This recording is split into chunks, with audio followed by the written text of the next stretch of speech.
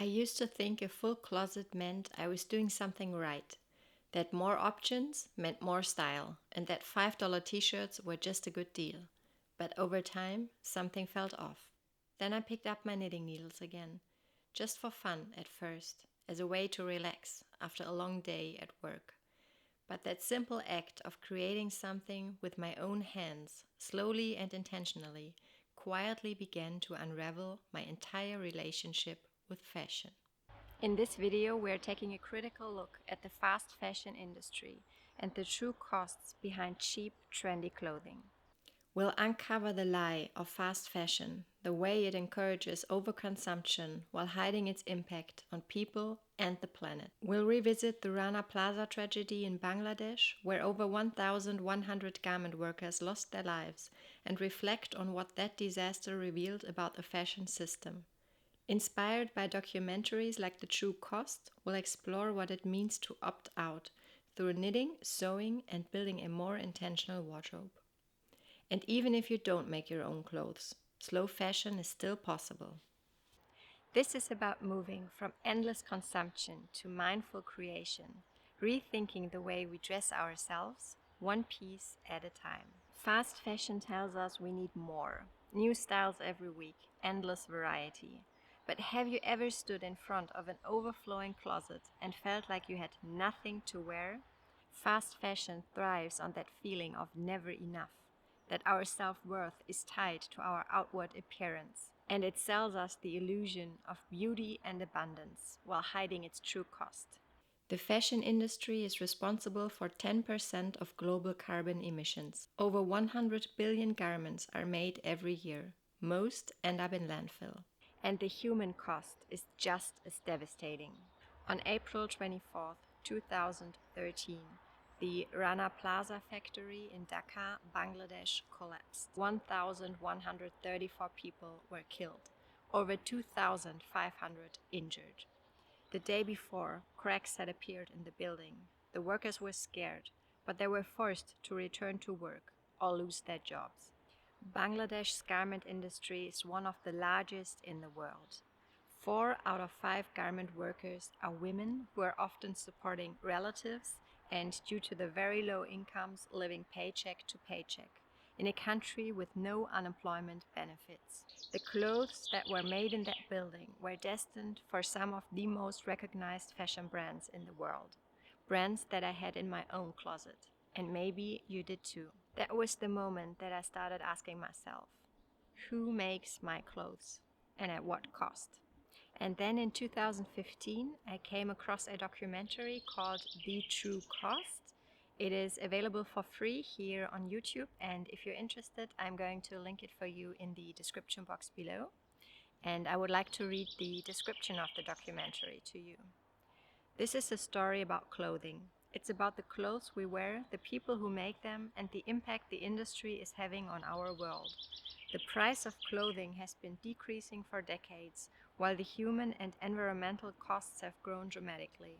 The True Cost is a groundbreaking documentary film that pulls back the curtain on the untold story and asks us to consider who really pays the price for our clothing. In the intro, the narrator and director Andrew Morgan says, "What I've discovered has forever changed the way I think about the things I wear, and my hope is that it might just do the same for you."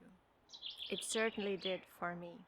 After being confronted with how the garment and fashion industry truly works, I was really struck dumb. Like many girls and women, I like to go shopping. I was buying new stuff on a regular basis, and I had an overflowing closet full with things that I hardly wore. Watching this documentary forced me to open my eyes and see who was truly paying the cost for my thoughtless shopping habits. And I decided right then and there that I would change my relationship with clothing from now on. I didn't set out to be a slow fashion person. I have just always been very interested in fashion and clothing. I wanted to wear clothes that made me feel good in. At some point during my years in high school, I even considered studying fashion design. But when I started making my own clothes, something shifted. I noticed how long it took and how much thought went into picking the yarn or the fabric, the pattern, the fit.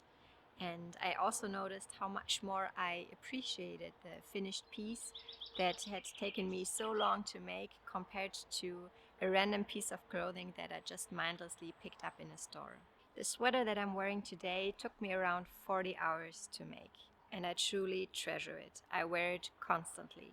And when the stitches are undoubtedly going to unravel sometime in the future, I am going to mend it, take good care of it.